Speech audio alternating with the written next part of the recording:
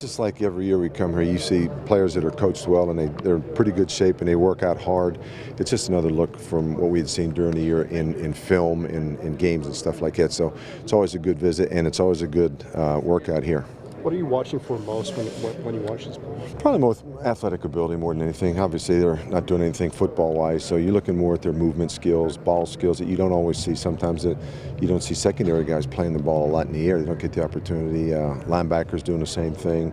Receivers catching different routes and stuff like that. It's all more athletic stuff than it is football, really. Is there anybody that stood out today? Well, yeah, I can't tell you all of that. They all had a good workout, I'll say that, yeah.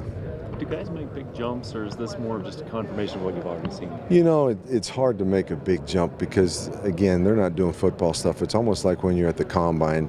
You go out there and these guys run around in shorts and T-shirts, and then people are falling in love with people. And, you know, they're not really playing football. They're athletic events is what they are. And, you know, some people can move up because they do work out pretty good and they run faster than you think they were and everything else. But you still have to play the game to be, you know, graded the way we grade them.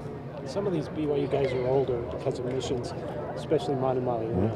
Is that a factor at all? Sometimes it would be, depending on, you know, the philosophy that your head coach has. You know, sometimes they don't want to get a guy that's 25, 26, 27 years old coming into the league. They would rather have a young guy that's a little bit younger, obviously, for development purposes.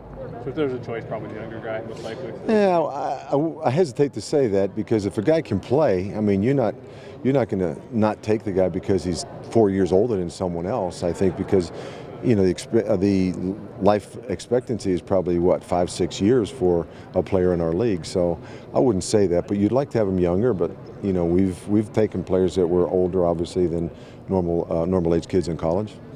How many of these pro days do you hit during, you know, a given?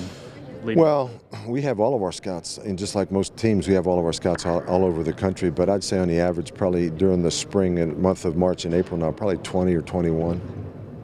Just love it, or does it get kind of? No, this is great. This is really good because it gives us a chance really to visit with a player and talk to him that you don't get to do during the season. So you get a little bit better feel for the kid, and your coaches, you know, are more willing to talk to you because they're not coaching them and everything else that they have to schedule they've got to live with. So the pro days are really fun, and I think they're really more informative for us than people realize.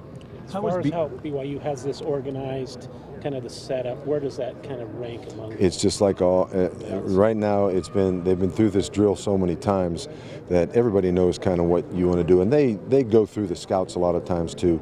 You know, hey, how do you want to run this? Which way do you want to do it? Now, some people have a definite plan they want to do, and the kids want to work it a certain way. But for the most part, all the schools do a great job of setting it up and organizing it that it flows pretty smooth.